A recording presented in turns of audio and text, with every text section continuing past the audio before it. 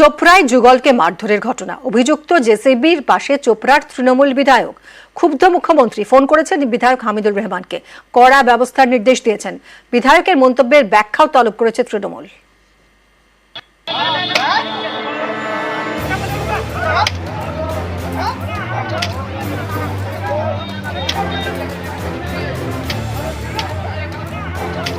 সালিশি সভা ডেকে মাতব্বরি, রাস্তায় ফেলে যুগলকে মার। উত্তর দিনাজপুরের চোপড়ার এই ঘটনায় রাজ্য জুড়ে জোর শোরগোল। এ নিয়ে কড়া মুখ্যমন্ত্রী মমতা বন্দ্যোপাধ্যায় চোপড়ার তৃণমূল বিধায়ককে ফোন করে কড়া ব্যবস্থা নেওয়ার নির্দেশ দেন। ওদের এলাকার ব্যাপার নিয়ে জিজ্ঞাসা করছিল, পিসফুলি রাখো যাতে কি ঝামেলা না হয়। যা ঘটনা আছে আইন দেখতেছে, আইনের কাজ করুন। যদি আমাদের পার্টির লোক হয়ে থাকে ওকে বহিষ্কার করে দাও দল থেকে। বলেছি দিদি ও ভোটার একজন, পুলিশ এসেছিল ওকে বাড়ি থেকে তুলে নিয়ে গেছে, কেউ প্রতিরোধ বা কোনো কিছু বলেনি। অন্যায় করেছে, অন্যায় শাস্তি পাক, আমরা সবাই চাই। চোপড়ার ঘটনায় মূল অভিযুক্ত তাজিমুল ইসলাম ওরফে জেসিবি। রবিবার তার পেটানোর ভিডিও ভাইরাল হয়, তারপর তাকে গ্রেপ্তার করে পুলিশ। এই জেসিবি চোপড়ার বিধায়ক হামিদুর রহমানের ঘনিষ্ঠ বলে পরিচিত। চোপড়ার ভিডিও প্রকাশ্যে আসার পর জেসিবিকে ক্লিন চিট দেন তৃণমূল বিধায়ক। সালিশি সভার ভিডিও ভাইরাল করা নিয়েও প্রশ্ন তোলেন। মহিলাটাও তো কমপ্লেন করেনি, কিন্তু আপনারা বেশি খুঁজাই বেড়াচ্ছেন। কারণ মহিলাটা স্বামী ছাড়া অসামাজিক কাজ করেছিল, অসামাজিক কাজে গ্রাম্য সালিশি বৈঠক বসেছিল। এই অনুপাতে একটা বিচার আচার করেছে কিছুটা কি হয়, কিন্তু মেয়েটা তো কোনো কমপ্লেন করতে যায়নি, মেয়েটার স্বামী কোনো কমপ্লেন করতে যায়নি, কোনো জবরদস্তি কিছু হয়নি। সমাজকে খারাপ করছিল, তার জন্য গ্রাম্য সালিশ বসে একটা করেছে। সভ্য যেটাকে আমরা বলছি না, আমাকে রাজ্য নেতৃত্ব থেকে একটা নির্দেশ দেওয়া হয়েছিল যে আপনি একটা ওনার কাছে ওই দিনের ঘটনার পুরো রিপোর্টটা তলব করুন। সেই হিসাবেও আমি ওনাকে বলেছি যে ওই দিনের ঘটনাটা কী ছিল এবং আপনার মন্তব্য সম্বন্ধে আপনার যেটা বলার সেটা আপনি আমাদেরকে বলেন। সেই হিসাবে আমরা সেই রিপোর্টটা রাজ্য নেতৃত্বের কাছে পাঠিয়ে দিই। ভাইরাল ভিডিও ঘিরে প্রকাশ্যে জেসিবির কীর্তি, তারপরও তদন্ত আটকে ভাইরাল ভিডিওতেই। অভিযুক্তের শাস্তির দাবি নয়, ভিডিও ভাইরালে আপত্তি নির্যাতিতাও পরিবারে। পুলিশের কাছে আমি অনুরোধ করছি যে নেটে ভিডিওটা ভাইরাল করেছে ডিলিট করা যাক। পুলিশকে আমি কমপ্লেন জানাচ্ছি, ভাইরাল করেছে ওনার শাস্তি হোক। আমি জানি না যে আমার ভিডিওটা করেছে, আমি ওয়ারে শাস্তি চাই। আমার ভাইরাসটা করলে যে মেরেছে আমি চিনি না, কে মেরেছে নি মেরেছে, কে কি করেছে ওটা আমি জানি। ওর শাস্তি চান না আপনি? যে মেরেছে না ও আমি তো জানি কেনা, চিনি কেনা, আমি কার কথা বলবো? ভাইরাসটা ছড়লো কে, আমি ওয়াকে চাই। প্রকাশ্যে ফেলে যুগলকে পিটিয়েছে বিধায়ক ঘনিষ্ঠ জেসিবি। শুরুতে তাকে ক্লিন চিট দেন তৃণমূল বিধায়ক। এখানেই শেষ নয়, ভিডিওটি কেন ভাইরাল হলো তা নিয়েও প্রশ্ন তুলেছেন চোপড়ার তৃণমূল বিধায়ক। তারপরেই কি চাপের মুখে বয়ান দেন আক্রান্ত মহিলা ও আক্রান্ত যুবকের মা? এসব অবশ্য মানতে নারাজ বিধায়ক।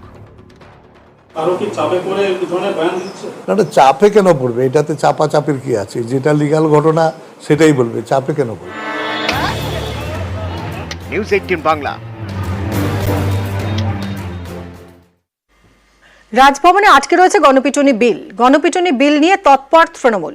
বিধানসভায় পাস হলেও রাজভবনে আটকে বিল। 5 বছরেও বিলের সায় দেয়নি রাজভবন। রাজ্যপালের বিরুদ্ধে বিল আটকে রাখার অভিযোগ। আগামী বিধানসভা অধিবেশনে এই নিয়ে সরব হবে তৃণমূল। মানুষকে পিটিয়ে মারার প্রবণতা, যেটা গত কয়েকদিন ধরে আমরা দেখছি বিভিন্ন টিভিতে বা সংবাদ মাধ্যমে, এগুলো বন্ধ করার একটা উপায় ছিল। যে সরকার যে বিল এনেছিলেন তাতে যে শাস্তির বিধান ছিল, কোনো লোক মারা গেলে পরে তার মৃত্যুদণ্ড পর্যন্ত ছিল। যদিও এই বিলটা আমরা রাজ্যপালের কাছে 3 সেপ্টেম্বর 2019 সালে পাঠিয়েছি, তা সত্ত্বেও অনুমোদন আসেননি। এই বিলগুলো দ্রুত গতিতে সম্পন্ন তার সম্মতি দেওয়া উচিত। তিনি সম্মতি দিতে নাও পারেন, আর যদি তার কোনো রেকমেন্ডেশন থাকে যে এখানে কোনো রকম অ্যামেন্ডমেন্ট করার দরকার, সেটাও তিনি জানিয়ে দিতে পারেন। কিন্তু দুর্ভাগ্যজনকভাবে এই বিলটা যখন গেল রাজ্যপালের কাছে, তিনি এতে কোনো মন্তব্য করলেন না, তিনি বিলটা ওইভাবে হিমঘরে ফেলে রেখে দিলেন। মানুষের মনে একটা ভয় দরকার আছে যে শাস্তির বিধান থাকলে পরে ন্যাচারালি তাদেরও অনেক ভয় থাকবে।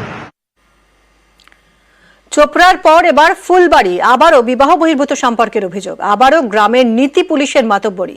এবার মহিলাকে চড়, অভিযোগ অপমানে ওই মহিলা আত্মঘাতী হয়েছেন। জলপাইগুড়ির এই ঘটনায় 4 জনকে গ্রেফতার করেছে পুলিশ।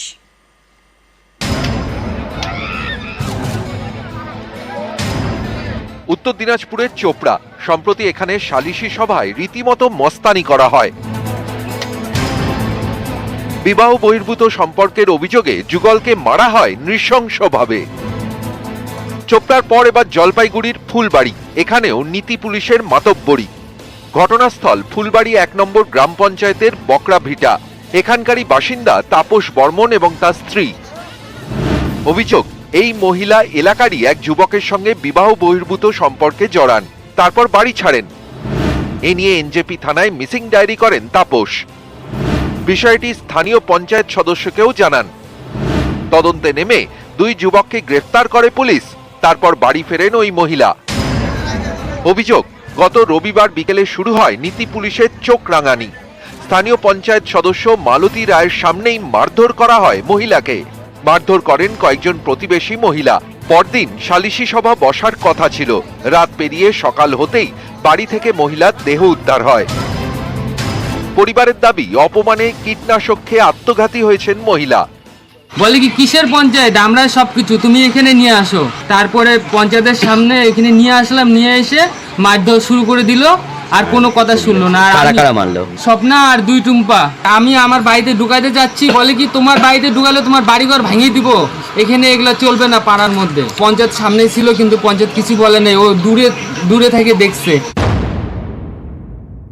ততক্ষণ অব্দি আমি ছিলাম না। লাস্টে আমি যখন মনে করি মারপিট ঝগড়া কেটেল হয়েছিল, তারপর আমি গেলাম ওখানে। আমার বাড়ির আশেপাশে যে মহিলারা যে 2 থাপড় টাপড় দিয়েছে, সেটা দিতেই পারে। পাশাপাশি এর আগে 2বার ঘটনা ঘটছে, এই বলে সবার পাড়ার কমপ্লেন হলো ওনাকে এখানে রাখবেন না। উনি কি করলেন, ও অ্যাসিড খাই দিয়েছে। দেখলাম তো সিরিয়াস অবস্থা। কখন যে মারপিট হয়েছে, কখন যে কি হয়েছে, কিছু এগুলো আমি জানি না। মারধরে নেতৃত্ব দেওয়ার অভিযোগ উঠেছে এলাকারই বাসিন্দা স্বপ্না অধিকারীর বিরুদ্ধে। তাকে এবং আরো কয়েকজনকে গ্রেফতার করেছে পুলিশ। স্যার, এখন অবধি কতজনকে অ্যারেস্ট করা হয়েছে এই ঘটনায়? 4 জন অ্যারেস্ট হয়েছে স্যার। আরো কি কেউ আছে? আমরা তদন্ত করে দেখছি। নিউজ 18 বাংলা। গ্রাম আছে, কল নেই, তাই খাবার জল আনতে যেতে হয় পাশের গ্রামে। এ সমস্যা দীর্ঘদিনের। হাসনাবাদের গ্রামে জল নিয়ে ভোগান্তি চরমে। উত্তর 24 পরগনার হাসনাবাদ, এখানকার মাখালগাছা গ্রাম পঞ্চায়েতের মধ্যে কুলিয়াডাঙ্গা। এই এলাকায় প্রায় 100টি পরিবার থাকে, কিন্তু গ্রামে কোনো কলই নেই, তাই খাবার জল নিয়ে দুর্ভোগের এক শেষ। জল আনতে যেতে হয় সেই আমাদের আবাদ কুলিয়াডাঙ্গা থেকে চককুলিয়াডাঙ্গা, মানে এখানে জল আনতে আসতে হয়।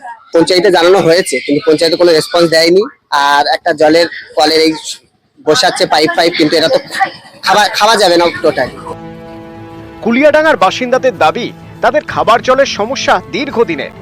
জল আনতে যেতে হয় পাশের গ্রামে চককুলিয়াডাঙ্গায়, সেটাও প্রায় 30 মিনিট হেঁটে। দুর্ভোগ বাড়ে গরমে, বর্ষায়। স্থানীয়দের দাবি, এ নিয়ে বারবার পঞ্চায়েত অফিসে জানিয়েও কাজ হয়নি, দুর্ভোগও কাটেনি, গ্রামে বসেনি কল। আমরা আবাদ কুলিয়াডাঙ্গা আছি, চককুলিয়াডাঙ্গায় জল হেঁটে আনতে হয়, প্রায় 30-40 মিনিট পরে হেঁটে আনতে হয়। আপনারা কোনদিন পঞ্চায়েত? হ্যাঁ, জেনেছি, এখনো দেয়নি। অধিকাংশ জায়গায় আর্সেনিক যুক্ত পানীয় জল। মাখালগাছা জিপির সর্বত্রই পাইপ লাইনের কাজ করছে। পাইপ লাইনের কাজটা সমাপ্ত হয়ে যাবে খুব তাড়াতাড়ি, হলে ওই সমস্ত জায়গায় কিন্তু জল সরবরাহ শুরু হয়ে যাবে। কবে এলাকায় ঢুকবে কল, কবে ঘরে ঘরে মিলবে খাবার জল, জানতে চায় কুলিয়াডাঙ্গা। হাসনাবাদ থেকে অনুপম সাহা, নিউজ 18 বাংলা। মুর্শিদাবাদে নবাবদের জমি বেদখল। লালবাগে সরকারি জমি দখল করে বিক্রি। কোথাও তৈরি হচ্ছে বাড়ি, কোথাও হোটেল, কোথাও আবার দোকান।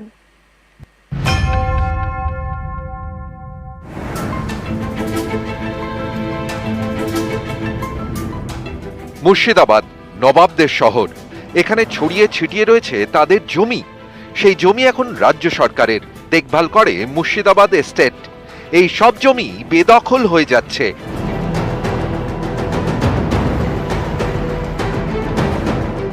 মুর্শিদাবাদ পুরসভার 7 নম্বর ওয়ার্ড, হাসপাতাল রোড থেকে মুর্শিদাবাদ স্টেশন যাওয়ার রাস্তায় পড়ে হোসেননগর।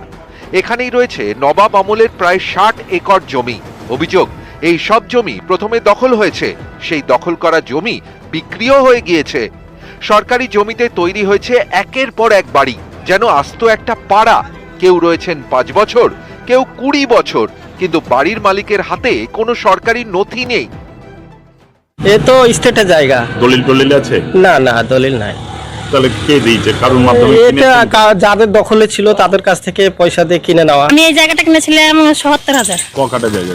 এক কাঠা। তাই এই সরকারি জায়গাতে এইভাবে করছেন? এটা আগে তো বুঝতাম না, কত জানতাম না, তার জন্য মানে নিয়ে ফেলেছিলাম, বেকায়দা হয়ে জায়গাটা নিয়েছি।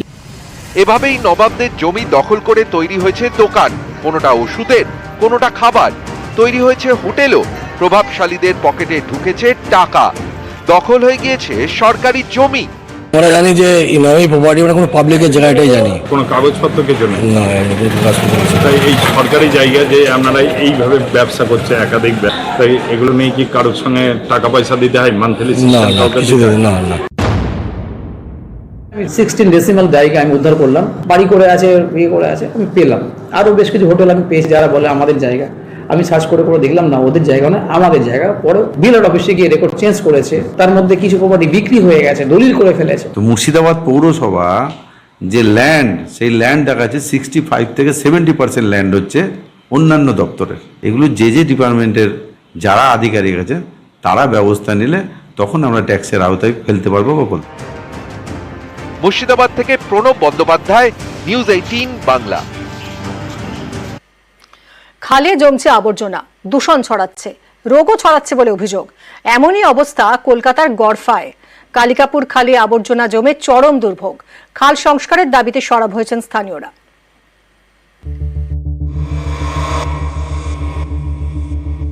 আবর্জনার স্তূপ নয়, এটা খাল। কলকাতার কালিকাপুর খাল, এই খালেরই একাংশে জমছে আবর্জনা, দূষণ ছড়াচ্ছে গড়ফা এলাকায়। গড়ফা থানা থেকে সন্তোষপুর জোড়াব্রিজ পর্যন্ত এলাকায় কালিকাপুর খাল ক্রমশ সরু হয়ে আসছে, কারণ খালে জমছে আবর্জনা।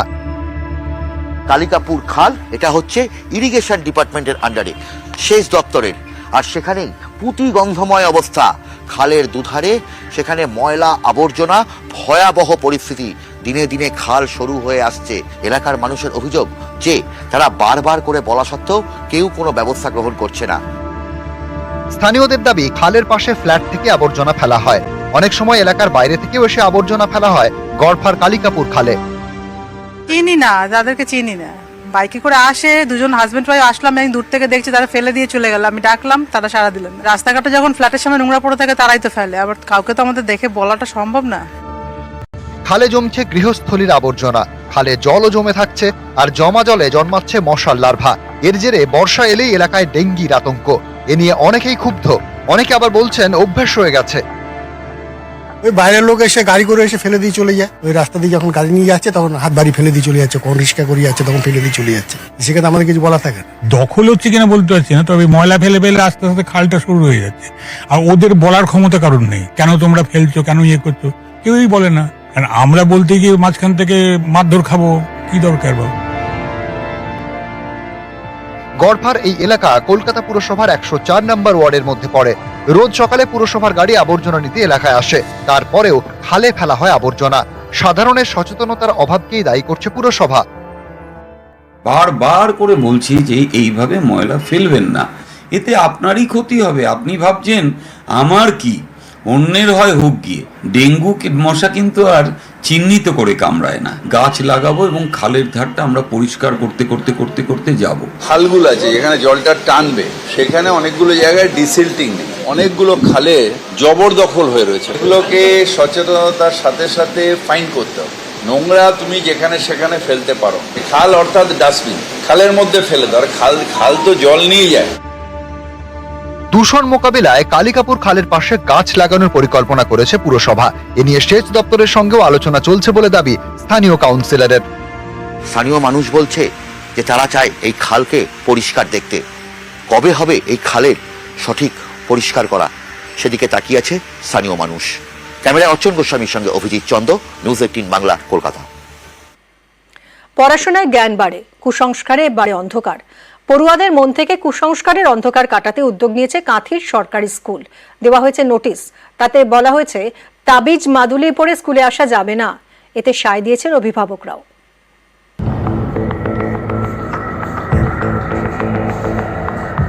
যেখানে বিজ্ঞান, সেখানে কুসংস্কারের পিছু টান। পড়ুয়ারা যাতে কুসংস্কারের অন্ধকারের দিকে না এগোয়, তাদের মনে যাতে বিজ্ঞানের আলো পড়ে তার জন্য উদ্যোগী হয়েছে কাঁথির সরকারি school. Nayapur Sudhir Kumar high school কর্তৃপক্ষ সিদ্ধান্ত নিয়েছে পড়ুয়ারা কেউ তাবিজ বা মাদুলি পরে স্কুলে আসতে পারবে না। তাবিজ বা অন্য কিছু পরা যাবে না, তার জন্য আমি এই তাবিজটিকে খুলে দিয়েছি। কাঁথির গ্রামীণ এলাকায় এই নয়াপুর সুধীর কুমার হাই স্কুল। গত 22শে জুন স্কুলে টাঙানো হয় নোটিশ। এই নোটিশ অমান্য করে কেউ স্কুলে গেলে তাবিজ বা মাদুলি খুলে দেওয়া হচ্ছে। কেন এই পদক্ষেপ তা পড়ুয়াদের বোঝানো হচ্ছে। আংটি পরে স্কুলে যেতেও বারণ করেছে স্কুল কর্তৃপক্ষ। তো স্কুল যে উদ্যোগটা নিয়েছে খুবই ভালো। কিছু কিছু মানুষ এসব বিষয়ে বিশ্বাস করে, আর এখন বিশ্বাস করা ঠিক না, কেননা এখন বিজ্ঞানের যুগ, উন্নত যুগ। এইসব তাগা তাবিজ এগুলোর কোনো ভূমিকা নেই, এগুলো নিতান্ত মনের একটা কুসংস্কার ভয়। তাই এটাকে কাটিয়ে তোলো, নিজে পায়ে দাঁড়াও, নিজের যুক্তি নির্ভর হও জীবনে, তাহলে ভারতেও ভালো তৈরি হবে। স্কুল কর্তৃপক্ষের এই উদ্যোগকে সাধুবাদ জানাচ্ছেন স্থানীয় বাসিন্দা এবং অভিভাবকরা। কাঁথি থেকে ক্যামেরায় শুভেন্দু কামিলার সঙ্গে সুজিত ভৌমিক। 12ই জুলাই আনন্দ রাধিকার রাজকীয় বিয়ে। তার আগে মঙ্গলবার গণবিয়ের আয়োজন করেন নেতা এবং মুকেশ আম্বানি। সমাজের পিছিয়ে পড়া দরিদ্র যুবক যুবতীর গণবিয়ের আসর বসে নবী মুম্বাইয়ের ধানসোলির রিলায়েন্স কর্পোরেট পার্কে।